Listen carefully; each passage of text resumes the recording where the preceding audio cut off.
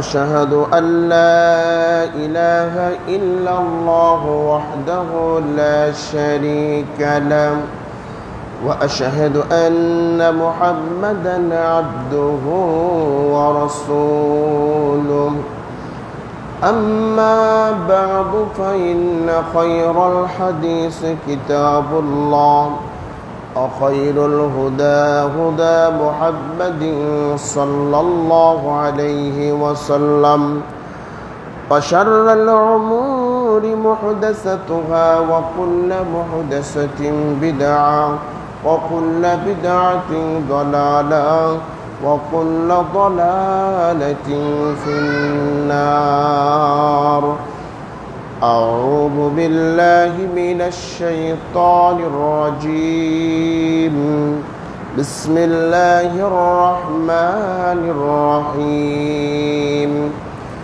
يا أيها الذين آمنوا لا تلهكم أموالكم ولا أولادكم عن ذكر الله ومن يفعل ذلك فأولئك هم الخاسرون إلى آخر الآية. عن ابن عمر رضي الله تعالى عنه قال قال رسول الله صلى الله عليه وسلم لا تقبل صلاة بغير طهور ولا صدقة من غلول رواه الترمذي. যাবতীয় প্রশংসা যাবতীয় গুণগান একমাত্র আল্লাহ সুবহানাহু ওয়া তাআলার জন্য।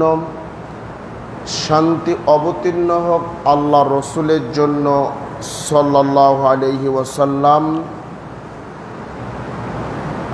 আজকের সংক্ষিপ্ত সময়ের আলোচনার বিষয় হচ্ছে হালাল ও হারামের গুরুত্ব, এর তৃতীয় পর্ব। এ সম্পর্কে এক গুরুত্বপূর্ণ সংক্ষিপ্ত আলোচনা পেশ করার চেষ্টা করব ইনশাআল্লাহুল আজিজ। ওমা তাওফিকি ইল্লা বিল্লাহ আলাইহি তাওয়াক্কালতু ওয়া ইলাইহি উনীব। সম্মানিত উপস্থিতি, আমরা ধারাবাহিকভাবে হালাল ও হারামের গুরুত্ব সম্পর্কে আলোচনা করে আসছিলাম। আজকেও আমরা সে আলোচনাগুলো করব। একজন মুসলমানের যাবতীয় ইবাদত আল্লাহর দরবারে কবুল ও মঞ্জুর হওয়ার জন্য তিনটি শর্ত রয়েছে। এই তিনটি শর্তের যে কোনো একটি যদি শর্ত ইবাদতের মধ্যে না থাকে তাহলে কোনো ইবাদতই আল্লাহর দরবারে কবুল ও মঞ্জুর হবে না। এই তিনটি শর্ত মেনেই একজন মুসলমানকে ইবাদত বন্দেগী করতে হবে।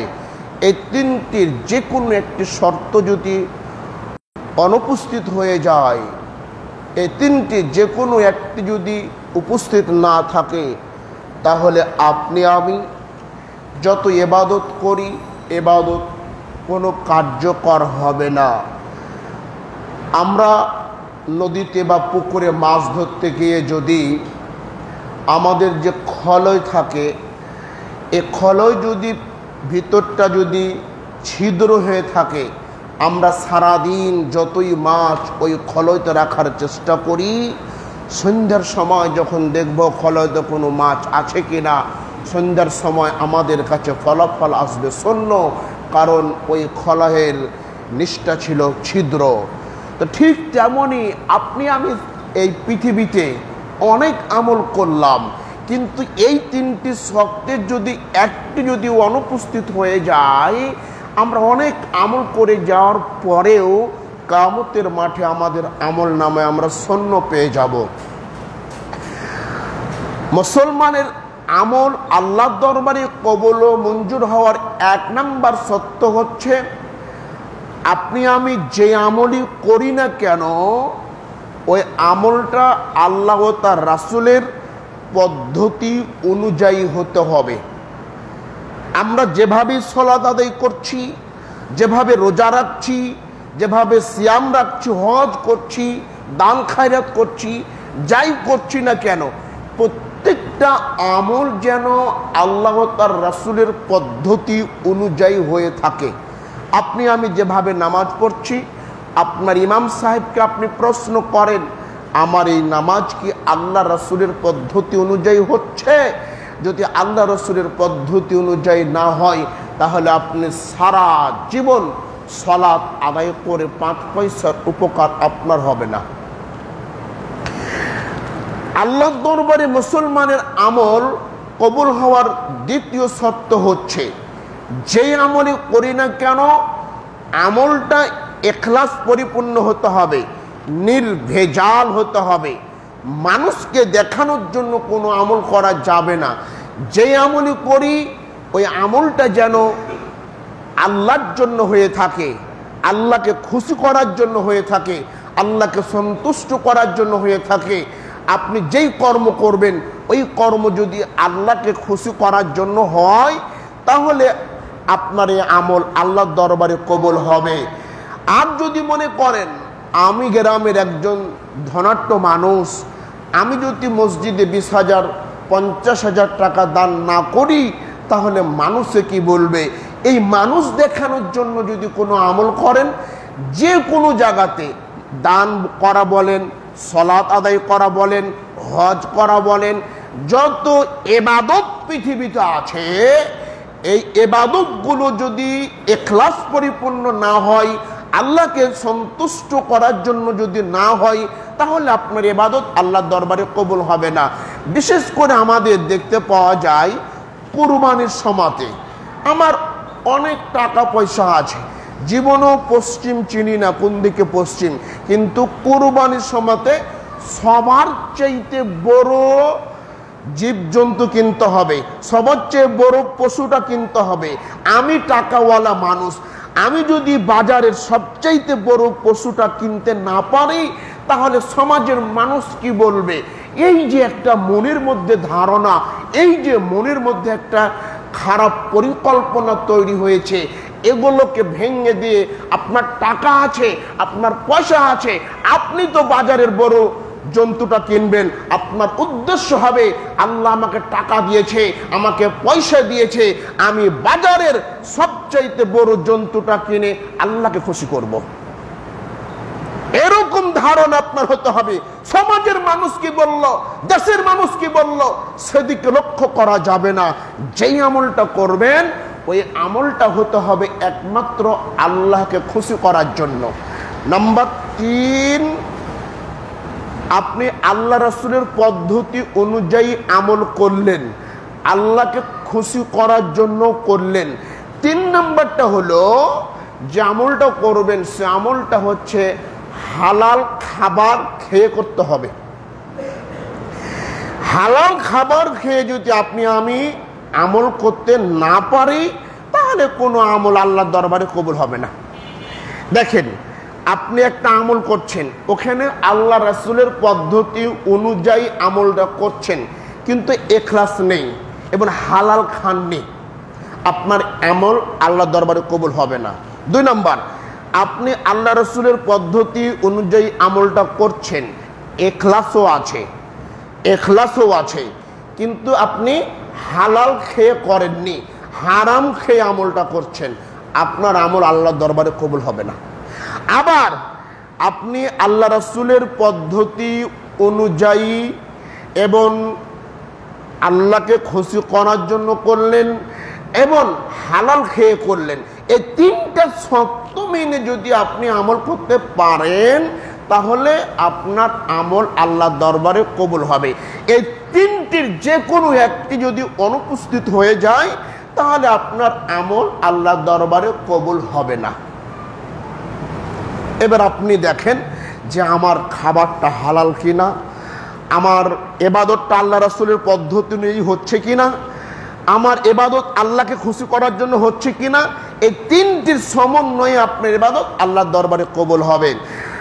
রাসূল সাল্লাল্লাহু আলাইহি ওয়াসাল্লাম বলেন, লা তুকবালু সালাতুন বিগাইরি তুহুরিন পবিত্রতা ছাড়া সালাত কবুল হয় না, যেমন পবিত্রতা ছাড়া নামাজ কবুল হয় না, যেমন ওয়ালা সাদাকাতুম মিন গুলুলিন, অপবিত্র মালের দান সদকা আল্লাহর দরবারে কবুল হয় না, তেমন উজু ছাড়া, পবিত্রতা ছাড়া নামাজ যেমন কবুল হয় না, উজু ছাড়া সালাত যেমন কবুল হয় না, অবৈধ পন্থায়, হারাম পন্থায় টাকা উপার্জন করে আল্লাহ রসুলের পদ্ধতি অনুযায়ী দান করলেন, হারাম পন্থায় টাকা উপার্জন করে আল্লাহ রসুলের পদ্ধতি অনুযায়ী দান করার চেষ্টা করলেন, এই দান আল্লাহর দরবারে কবুল হবে না। আপনি হাজার হাজার কেন কোটি কোটি টাকা সারা বাংলাদেশ তামাম পৃথিবীর মানুষকে দান করে দিলেন, কিন্তু হারাম পন্থায় উপার্জন করেছেন, হারাম পন্থায় আপনি উপার্জন করেছেন, সারা পৃথিবীর মানুষকে আপনি 3 সন্ধ্যা খাবার খাওয়ালেও ওই দান আল্লাহর দরবারে কবুল হবে না। আমরা তো তাই করি, সারা জীবন মানুষের টাকা পয়সা আত্মসাৎ করতে করতে যখন পেটটা একবারে পটকা মাছের মতন ফুলে গেছে, বড় হয়ে গেছে, আর খাওয়ার কোনো জায়গা নেই, তখন আমরা চিন্তা করি যে সমাজের মানুষকে একবার দাওয়াত দিয়ে খাওয়াই, জালসাতে বেশি বেশি দান করি, যাই পশ্চিমটা ঘুরে আসি। এত কিছু যখন করি তখন সমাজের মানুষ বলে লোকটা হারাম খেলো কি হবে, লোকটা ভালো আছে, নাউজুবিল্লাহ। আমরা বলি তো, আমাদের তো এটা অভ্যাস যে লোকটা হারাম পন্থায় টাকা উপার্জন করলে কি হবে, লোকটার মন ভালো আছে, ওকেই মসজিদের সভাপতি বানাও, ওর দ্বারা কিছু হবে। কি একটা যেন মানুষও যেমন ডিজিটাল মার্কা মানুষ, দান সদকা মানুষ করছে একবার ডিজিটাল পদ্ধতি অনুযায়ী।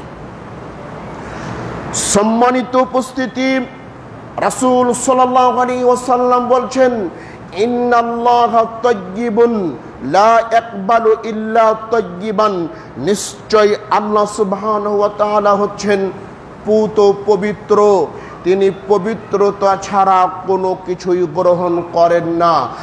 আল্লাহ হচ্ছেন পাক পবিত্র এবং তিনি পবিত্রতা ছাড়া কোনো কিছুই গ্রহণ করেন না।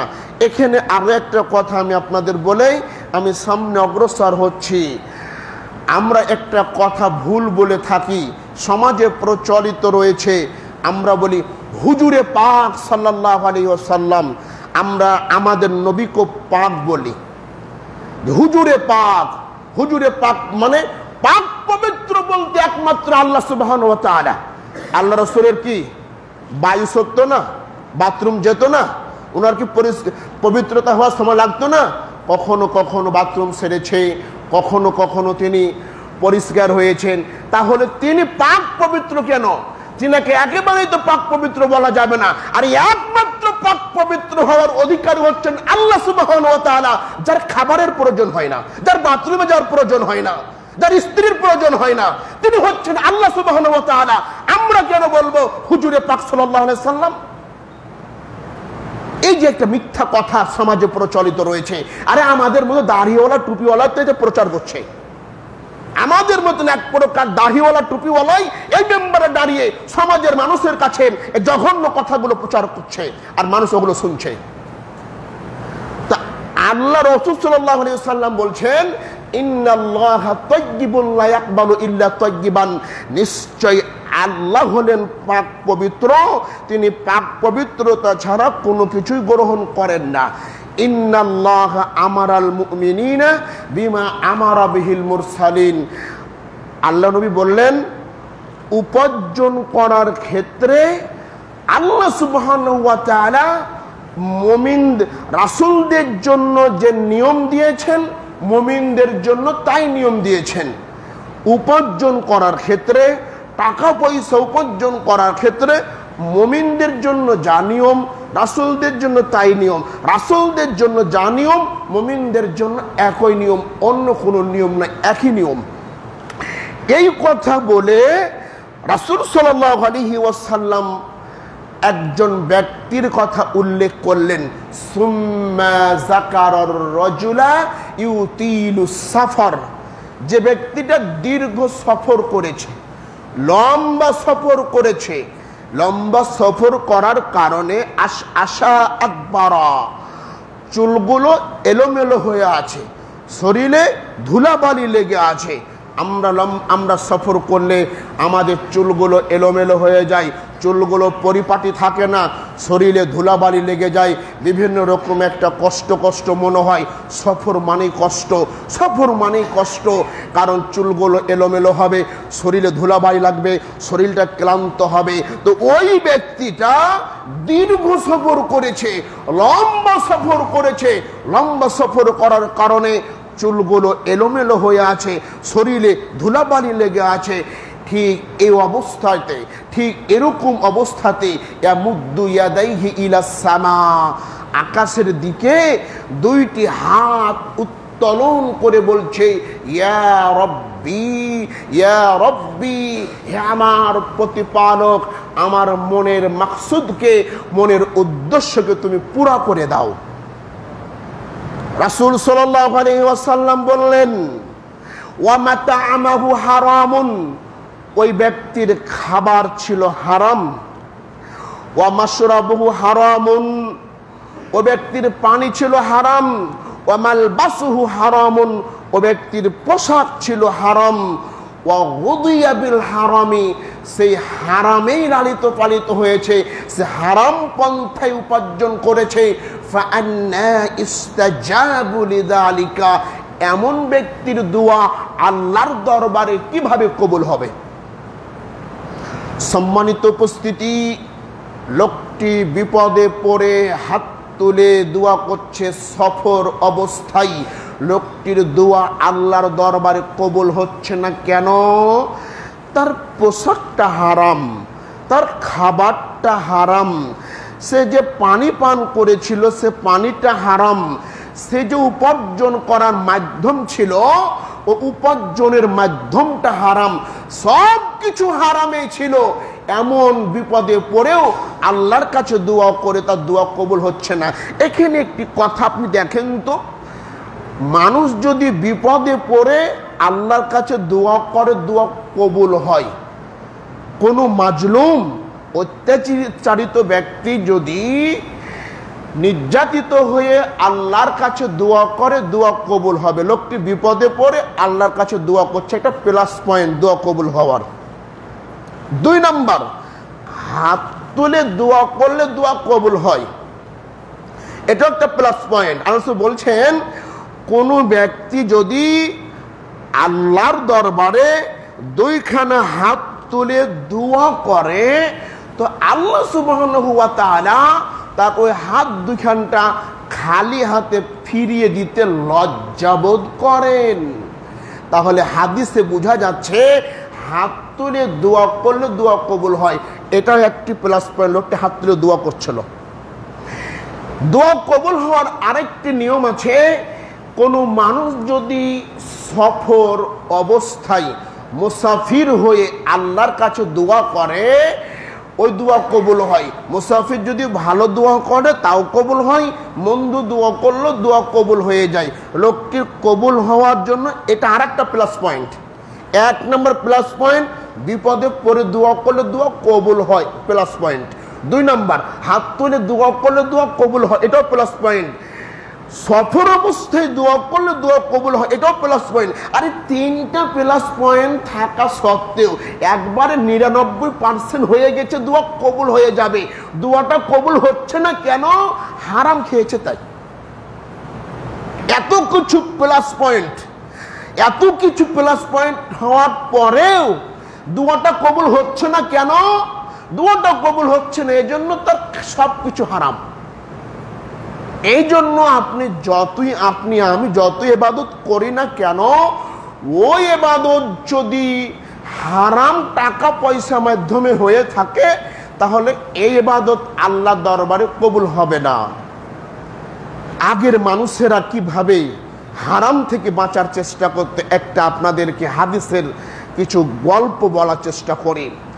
রাসূল সাল্লাল্লাহু আলাইহি ওয়াসাল্লাম একদিন সাহাবায়ে কেরামদেরকে সামনে রেখে বলছেন, তোমাদের পূর্বে একজন মানুষ অপর একজন মানুষের কাছ থেকে এক খণ্ড জমি ক্রয় করে নিয়েছিল, জমি কিনে নিয়েছিল।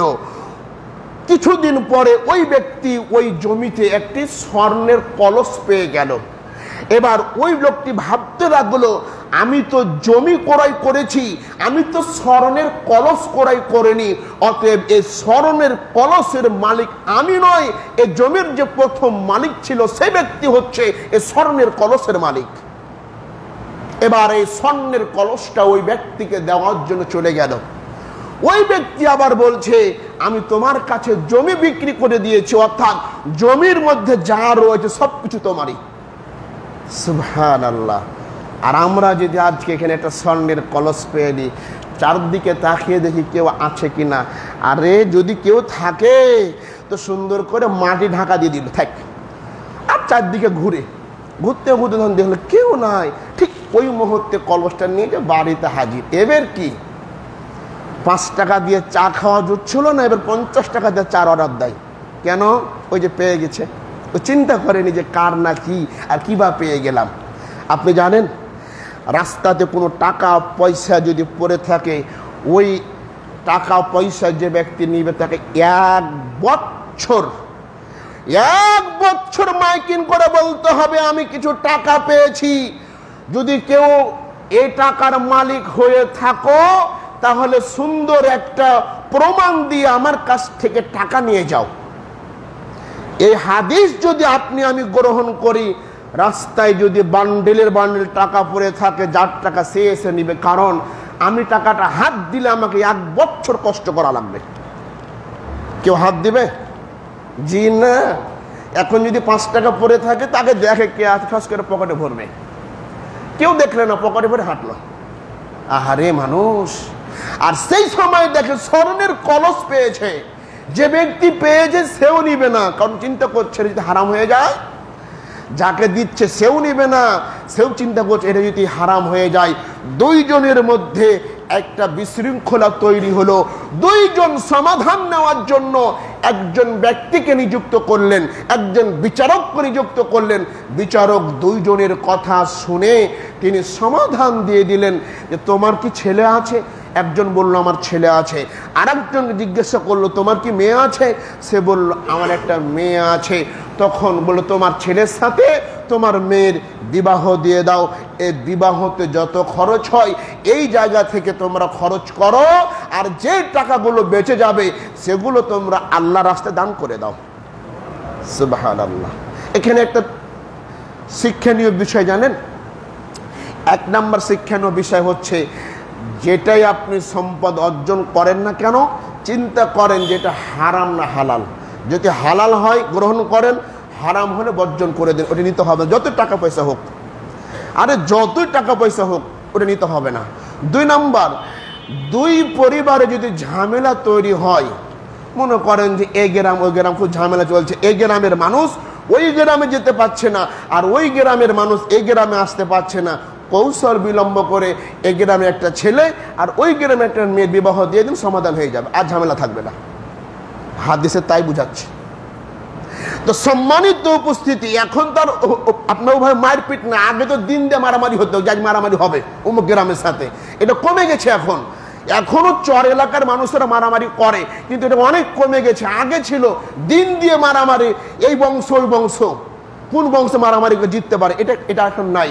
কিন্তু এইভাবে যদি সমাধান করে দেওয়া হয়, এক বংশের সাথে আরেক বংশের মেয়ে যদি বিবাহ দিয়ে দেওয়া হয়, তাহলে সমাধান হয়ে যেতে পারে। তো সম্মানিত উপস্থিতি, যেটা বলছিলাম, আপনি আমি যাই ভক্ষণ করার চেষ্টা করি না কেন, সর্বপ্রথম আমরা চিন্তা করব এটা হালাল নাকি হারাম। যদি হারাম হয় তাহলে বর্জন করেন, আর যদি হালাল হয় তাহলে গ্রহণ করার চেষ্টা করুন।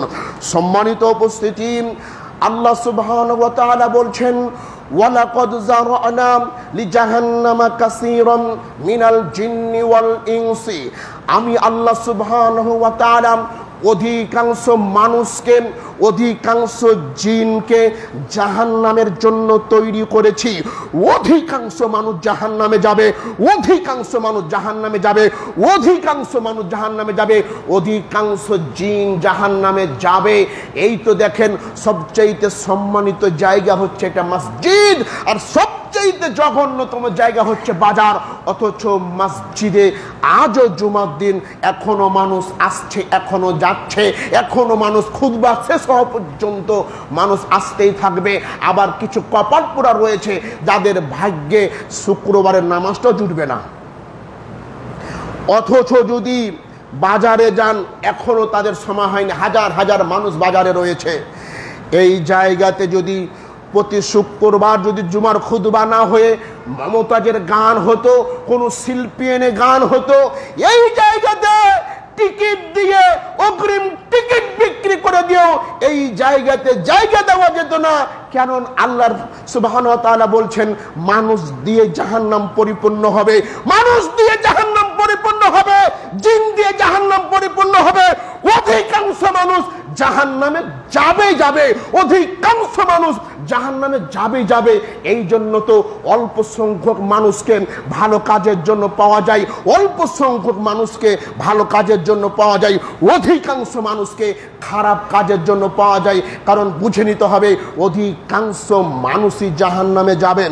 এই কথা বলে আল্লাহ সুবহানাহু ওয়া তাআলা বলছেন লাহুম কুলুবুন লা ইয়াফকাহুনা বিহা। অধিকাংশ মানুষ জাহান্নামে যাবে কেন? ওদের অন্তর ছিল, বুঝার চেষ্টা করেনি। ওদের অন্তর ছিল, বুঝার চেষ্টা করেনি, বুঝেও বুঝে না, ওরা অন্তর আছে বুঝে না। লাহুম কুলুবুল্লাহ, তাদের অন্তর ছিল ঠিকই কিন্তু তারা বুঝার চেষ্টা করেনি। ওয়ালাহুম আইনুল্লাহ ইবসিরুনা বিহা, তাদের চোখ ছিল ঠিকই কিন্তু তারা চোখ দিয়ে ভালোটা দেখেনি। ওয়ালাহুম আযানুল্লাহ ইসমাউনা বিহা, তাদের কান ছিল কিন্তু ভালো শুনেনি। তিনটা খারাপ বৈশিষ্ট্য আছে যার, জাহান্নাম হবে তার। তিনটা খারাপ বৈশিষ্ট্য আছে যার, জাহান্নাম হবে তার। এক, অন্তর আছে বুঝে না। দুই, চোখ আছে ভালো দেখে না। তিন, কান আছে ভালো শুনে না। এই তিনটি খারাপ বৈশিষ্ট্য যার মধ্যে আছে সে জাহান্নামে যাবে। এই কথা বলে আল্লাহ সুবহানাহু ওয়া তাআলা বলছেন শুধু জাহান্নামে যাবে না, উলাইকা কাল আনআম, এরা হচ্ছে পশুর মতো, এরা হচ্ছে জানোয়ারের মতো, এরা হচ্ছে গরু ছাগলের মতো, এরা পশুর মতো কেবল বলছে আল্লাহ, এরা জানোয়ারের মতো। এখনো থেমে যায়নি। উলাইকা কাল আনআম, এরা পশুর মতো বলে এখানে থেমে গেলেন। আর একটা বাক্য তারপরে আছে উলাইকা কাল আনআম, অন্তর আছে বুঝে না, চোখ আছে দেখে না, কান আছে শুনে না। এরা কেমন? এরা হচ্ছে গরু ছাগলের মতন, এরা হচ্ছে কুকুর শ্রীগালের মতন, এরা জানোয়ারের মতো। এই কথা বলে কিন্তু থেমে যাননি। আরো একটা কথা তিনি বলেছেন, কারণ পশু কখনো মানুষ হতে পারে না, কিন্তু মানুষরূপী পশু চেষ্টা করলে মানুষ হতে পারে। মানুষরূপী পশু যদি চেষ্টা করে যে আমি মানুষ হব, তো মানুষ হতে পারে। একটা গরু আপনার ক্ষেত খেয়ে নিচ্ছে, আপনি যদি একটু ধমক দেন তো গরু তো থেমে যাবে মাঝে মধ্যে। আবার যখন কিছুক্ষণ পরে আবার গরু ওই খেতে মুখ দিবে, ওই ধানে মুখ দিবে। কেন? ওই বুঝে না, তাই তো ওর নাম গরু। ওই বুঝে না, তাই তো ওর নাম গরু। আর মানুষ যদি বুঝার পরে চেষ্টা করে, মানুষরূপী পশুগুলো আবার আদর্শ মানুষ হতে পারে। এই কথা বলে বলছেন যারা বুঝলো না, পশুর মতো থেকে গেল, এরা শুধু পশু নয়, উলাইকা কাল আনআম বাল হুম আদল, এরা পশুর চাইতো জঘন্য। পশুকে বিক্রি করলে টাকা পাওয়া যায়, একটা গরু বিক্রি করলে টাকা পাওয়া যায়, আর মানুষ রূপীকে জবে কিলোর গোস্ত খাওয়া যায় না। এতটা খারাপ। তাহলে বুঝে নিতে হবে যে এরা পশুর চাইতে জঘন্য, পশুর চাইতে খারাপ। সম্মানিত উপস্থিতি, পশুর চেয়ে খারাপ এটা বুঝে আসে না। পশুর চাইতে খারাপ তো সেই ব্যক্তি যার বাবা মারা গেছে, 10 বছর হয়ে গেল, আজও পর্যন্ত তার বোনকে তার বাবার সম্পত্তি বুঝিয়ে দেয়নি। এই তো পশুর চেয়ে খারাপ। খুঁজে পান না? পশুর চেয়ে খারাপ কে? পশুর চেয়ে খারাপ তো সেই ব্যক্তি যে ব্যক্তির বাবা মারা গেছে, 10 বছর হয়ে গেল, আজও পর্যন্ত বোনের সম্পত্তিগুলো জোর দখল করে খাচ্ছে, আজও পর্যন্ত বোনকে সম্পত্তি বুঝিয়ে দেয়নি। এই তো পশুর চাইতে খারাপ। আবার যদি বোনেরা এসে বাবার সম্পত্তি চায়, তো সম্পত্তি দেওয়ার পরের দিন থেকে ভাই বোনের সম্পর্কটা দূর হয়ে গেল, আর মনে হয় যে এটা ভাই আর এটা বোন, এটা কোনো সম্পর্কই থাকে না। অথচ ওই সম্পত্তির মালিক সেদিন থেকে তার বোন হয়েছে যেই দিন থেকে তার বোন, যেদিন থেকে তার বাবা মারা গেছে। আপনি যে 10 বছরের সম্পত্তি এখনো বোনের খাচ্ছেন, এই 10 বছরে যত টাকা উপার্জন হয়েছে, যত টাকা খেয়েছেন, এই টাকা যেই পর্যন্ত আপনার বোনকে বুঝিয়ে না দিচ্ছেন, সেই পর্যন্ত আপনার হজ, আপনার তাহাজ্জুদ, আপনার রোজা, আপনার দান, কোনো ইবাদত আল্লাহ দরবারে কবুল হবে না।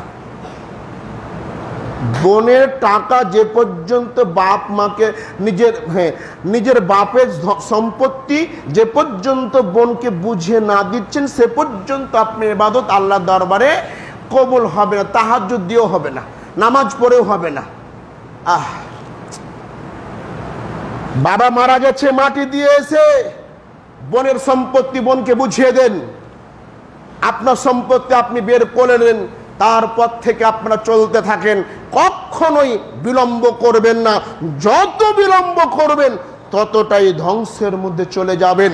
রাসূল সাল্লাল্লাহু আলাইহি ওয়াসাল্লাম সাহাবায়ে কেরামদেরকে প্রশ্ন করলেন, আতাদরুনা মাল মুফলিস, ও আমার সাহাবায়ে কেরাম, তোমরা বলো তো সবচাইতে গরিব, সবচাইতে দুস্থ, সবচাইতে অসহায় মানুষ কে? তখন সাহাবায়ে কেরাম বললেন, আমাদের মাঝে ফিনা মাল্লাদের হামালা ওয়ালা মাতা, আমাদের মাঝে যার টাকা নেই, যার পয়সা নেই, সে হচ্ছে সবচাইতে গরিব। আমরাও তো বলি যে আমাদের মধ্যে গরিব কে? যার টাকা নাই, যার পয়সা নেই, যার গাড়ি বাড়ি নাই, সেই তো গরিব। সাহাবায়ে কেরামও এ জবাবও দিলেন যে যার টাকা নাই, পয়সা নেই, সে হচ্ছে সবচেয়ে গরিব। রাসূল সাল্লাল্লাহু আলাইহি ওয়াসাল্লাম বলছেন, ইন্নাল মুফলিসা মিন উম্মতি ইয়াউমাল কিয়ামা। বক্তব্য দিয়ে শান্তি পাচ্ছি না মনে হচ্ছে, অনেকেই ঝিমাচ্ছেন। আমি অনেককেই বলেছি, যাদের ঝিমানোর অভ্যাস রয়েছে, যখনই ঘুম চলে আসবে তখনই আস্তে করে উঠে গিয়ে মুখটা ধুয়ে এসে আবার বসার চেষ্টা করবেন, নচেত বাড়ি থেকে 1 বোতল পানি নিয়ে এসে বসার চেষ্টা করবেন। আপনার দিকে লক্ষ্য করে আমার বক্তব্য দেওয়া সাঁত জাগে না। আপনাকে দেখলে মনে হয় আমি মেম্বার থেকে নেমে যাই, কারণ আমি খুব কষ্ট করে একটা বক্তব্য ঠিক করে নিয়ে আসি। আপনি যেই হন না কেন, আপনি যতই দামি মানুষ হন না কেন, আপনি এখন আমার ছাত্র, আপনাকে আমার কথা শুনতে হবে। আপনি আমার ছাত্র, আপনাকে আমার কথা শুনতে হবে। আমি যা বলছি আপনি কান লাগিয়ে শোনার চেষ্টা করুন। আরে কিছু না কিছু বাড়িয়ে নিয়ে যেতে পারবেন ইনশাআল্লাহ। কারণ এখানে কোনো দরবেশের কাহিনী কথা বলা হয় না, এখানে কোনো পীর বাবার কথা বলা হয় না, এখানে আল্লাহ রাসূল, আল্লাহ ও তার রাসূলের কথা বলা হচ্ছে, যাতে করে আপনি অন্যায় পথ থেকে, খারাপ পথ থেকে ভালো পথে আসতে পারেন। আর আপনি যদি এখানে ঝিমান, আর আপনি যদি এখানে ঘুমান, তাহলে আমি মনে করব আমার বক্তব্য হয় আপনি বুঝেন না, অথবা আমি বলতে পারছি না। এজন্য আমি আপনাকে বলি, আমাকে পছন্দ না হলে এমন একজন বক্তাকে এখানে রাখেন যে আপনাকে বুঝাতে পারবে। আমার চাকরি করার সাথ জাগে না, যে জায়গাতে আমাকে চাকরি করতে হবে আমি বক্তব্য দিব, আর আপনি ঘুমাবেন। মানে আমি একটা সপ্তাহ পর সুন্দর করে হাদিসগুলো মুখস্থ করার চেষ্টা করি আপনাকে বুঝার জন্য, আপনাকে খারাপ পথ থেকে নিয়ে এসে ভালো পথ দেখার জন্য, আর আপনি এখানে এসে ঘুমাবেন। এটা আমি কখনো মানতে পারি না। আমাকে পছন্দ না হলে অন্য একজন ভালো বক্তা নিয়ে আসেন যে ভালো কথা বলে আপনাকে বুঝাবে। তবে আমার বক্তব্য দেওয়ার সময়তে আপনারা ঘুমিয়ে আমাকে কষ্ট দেওয়ার চেষ্টা করিয়েন না, এটা আমার অনুরোধ থাকছে। সম্মানিত উপস্থিতি, রাসূল সাল্লাল্লাহু আলাইহি ওয়াসাল্লাম সাহাবায়ে কেরামদের প্রশ্ন করলেন, বলো তো পৃথিবীর বুকে সবচেয়ে গরিব কে? সাহাবায়ে কেরাম বললেন, যার টাকা নেই, যার পয়সা নেই, সে হচ্ছে সবচাইতে গরিব। রাসূল সাল্লাল্লাহু আলাইহি সাল্লাম বললেন, না না, সে সবচাইতে গরিব না। গরিব কে? ইন্নাল মুফলিসা মিন উম্মতি ইয়াউমাল কিয়ামাতি বিসসালাতিন ওয়া সিয়ামিন ওয়া যাকাতিন। কিয়ামতের দিন আমার উম্মতের মধ্য থেকে কিছু মানুষ সালাতের নেকি নিয়ে উপস্থিত হবে, দান খয়রাতের নেকি নিয়ে উপস্থিত হবে, সিয়াম সাধনার নেকি নিয়ে উপস্থিত হবে। যারা পৃথিবীতে দান খয়রাত করে, সালাত আদায় করে, সিয়াম সাধনা করে, এই পৃথিবীর মানুষ তাদেরকে ভালো বলে, আল্লাহ তাদেরকে ভালো বলে। আর আল্লাহ রাসূল বলছে এরা সবচেয়ে গরিব। এরা এতগুলো নেকির পাহাড় নিয়ে উপস্থিত হবে। ওই ব্যক্তির সালাতের নেকি রয়েছে, দান খায়রাতের নেকি রয়েছে, সিয়াম সাধনার নেকি রয়েছে। ঠিক এমন সময়তে ওই ব্যক্তির নামে 5 প্রকার মানুষ অভিযোগ নিয়ে আসবে। এক নাম্বার ব্যক্তি সে বলবে, আল্লাহ এই সে ব্যক্তি যে ব্যক্তি আমাকে মিথ্যা অপবাদ দিয়েছিল। অভিযোগ নিয়ে একজন ব্যক্তি খাড়া হয়ে গেল। 2 জন ব্যক্তি এসে, এই যে দেখেন ভাইয়ের বিপক্ষে বোন এসে বলবে, আল্লাহ এ আমার ভাই, আমার বাপ মরে যাওয়ার 10 বছর পরও আমাকে সম্পত্তি বুঝিয়ে দেয়নি। অর্থাৎ যে যা ধন সম্পত্তি মেরে খেয়েছে ওখানে হাজির হয়। নামাজি ব্যক্তির বিপক্ষে কথা বলছি। 1, আমার নামে অপবাদ দেওয়া হয়েছিল। 2, এ আমার ভাই, আমার বাপের সম্পত্তি মেরে খেয়েছে, আমাকে দেয়নি। নাম্বার 3, আরেকজন ব্যক্তি এসে বলবে, আল্লাহ এই সেই ব্যক্তি আমাকে অন্যায়ভাবে মেরেছিল, আমি আর বিচার চাই। আরেকজন ব্যক্তি এসে বলবে, আল্লাহ এই সেই ব্যক্তি যে ব্যক্তি আমাকে অন্যায়ভাবে হত্যা করেছিল, আমি জানি না আমাকে কি কারণে হত্যা করেছিল, আমি আমার বিচার চাই। আরেকজন ব্যক্তি এসে বলবে, আল্লাহ এই তো সেই ব্যক্তি যে ব্যক্তি আমাকে অন্যায়ভাবে গালাগাল দিয়েছিল, আমি আর বিচার চাই। 5 প্রকার মানুষ ওই নামাজি ব্যক্তিটার বিপক্ষে অভিযোগ নিয়ে খাড়া হবে। 5 প্রকার মানুষ ও নামাজি ব্যক্তিটার বিপক্ষে অভিযোগ নিয়ে খাড়া হবে। আল্লাহ হচ্ছেন মহান বিচারক, বিচার করবেন। বিচার করতে গিয়ে অভিযোগকারী ব্যক্তিদের অভিযোগগুলো শুনে ওই নামাজি ব্যক্তির নেকিগুলো ওই ব্যক্তিদেরকে দিতে শুরু করবে। দিতে দিতে দিতে অভিযোগকারী ব্যক্তিদের অভিযোগ থেকে যাবে, নামাজি ব্যক্তির নেকি শেষ হয়ে যাবে। অভিযোগকারী ব্যক্তির অভিযোগ থেকে যাবে, নামাজি ব্যক্তির নেকি শেষ হয়ে যাবে। তখন আল্লাহ সুবহানাহু ওয়া তাআলা অভিযোগকারী ব্যক্তিদের সমস্ত পাপগুলো ওই নামাজি ব্যক্তিটার ঘাড়ে চাপিয়ে দিবে। ও নামাজি ব্যক্তিটা তখন অন্যের পাপ নিয়ে জাহান্নামে চলে যাবে। দেখেন, আমি কিন্তু বলেছি তাহাজ্জুদে কাজ হবে না, আমি কিন্তু বলেছি হজ দিয়ে কাজ হবে না, আমি কিন্তু বলেছি আপনার 5 ওয়াক্ত নামাজ দিয়ে কাজ হবে না। যদি বোনের সম্পত্তি মেরে খান, মুখ দিয়েছে কথা বলার, তাই বলে একজন মানুষকে গালাগাল দিয়ে দিবেন? একটা রিক্সাওয়ালা একটু ভুল করে তাই বলে মেরে দিবেন? কিছু না হতেই আপনি একজন খুন করে দিবেন? খবরদার, এগুলো করে কোনো উপকার হবে না, এগুলো করে আপনার পরকাল হারিয়ে যাবেন। সম্মানিত উপস্থিতি, রাসূল সাল্লাল্লাহু আলাইহি ওয়াসাল্লাম বলছেন, লা তুআদ্দান্নাল হুকুকা ইলা আহলিহা ইয়াউমাল কিয়ামা। কিয়ামতের দিন পরিপূর্ণভাবে একজনের হক অপরজনের হক আদায় করা হবে, পরিপূর্ণভাবে বিচার করা হবে। হাত্তা ইউকাদা লিসাদি, এমনও কি পৃথিবীতে যদি কোনো সিংওয়ালা ছাগল কোনো সিংবিহীন ছাগলকে আঘাত করে থাকে, আরে আল্লাহ, এ হাদিস অনুবাদ করলে একেবারে ফেসে যাওয়ার কথা। এই পৃথিবীতে যদি কোনো সিংওয়ালা ছাগল কোনো সিংবিহীন ছাগলকে আঘাত করে থাকে, কিয়ামতের দিন আল্লাহ সুবহানাহু ওয়া তাআলা এই সিংবিহীন ছাগলটার মাথায় সিং গজিয়ে তার প্রতিশোধ নেওয়ার সুযোগ করে দিবে। তাহলে চিন্তা করেন, আমি মানুষ যদি অন্যায় করি তাহলে প্রতিশোধ হবে কি? ভাবনার বিষয়। একটা ছাগল যদি কিয়ামতের মাঠে মাপ না পায়, যার কোনো হিসাব না, ছাগল মরে গেলি শেষ, সেও যদি কিয়ামতের মাঠে বাঁচার পথ না পায়, তাহলে আপনি আমি মানুষের নামে অপবাদ দিয়ে মানুষকে ফাঁসিয়ে আমি কি জান্নাত পেতে পারবো? একজন মানুষ চাঁপাইনবাবগঞ্জ জেলে আজ 10 বছর থেকে মনে করেন যে আছে, কেনে আছে তাও জানে না, অপবাদ দিয়ে ওর নামে মিথ্যা কেস দিয়ে ফাঁসিয়ে দেওয়া যায়। আরে বছরের পর বছর আজকে মনে করেন যে চাঁপাইনবাবগঞ্জ জেলে রয়ে আছে, কোনো দোষ নাই, ঘাট নেই, কেন আছে সেও জানে না। এই যে মানুষগুলো গুম করা হচ্ছিল, কেন গুম করছে তাও জানে না, কি হয়েছে না হয় তা জানে না। আয়না ঘরে বছরের পর বছর তাকে থাকতে হয়েছে একবার মরা মানুষের মতো, সে খারাপ। তাদের মুখে শোনা বক্তব্য, প্রতিদিন রাত্রে 2টা হাত পিছন দিকে বেঁধে দেওয়া হতো, সকালবেলা হাত 2টা সামনে বেঁধে দেওয়া হতো। একটা ঘর যেখানে আলো নেই, বাতাস নেই, কোনো আওয়াজ শুনতে পাওয়া যায় না। এই মানুষগুলো কি অপবাদ দিয়ে মিথ্যা কেস দিয়ে তাদেরকে ফাঁসিয়ে দেওয়া হয়েছে।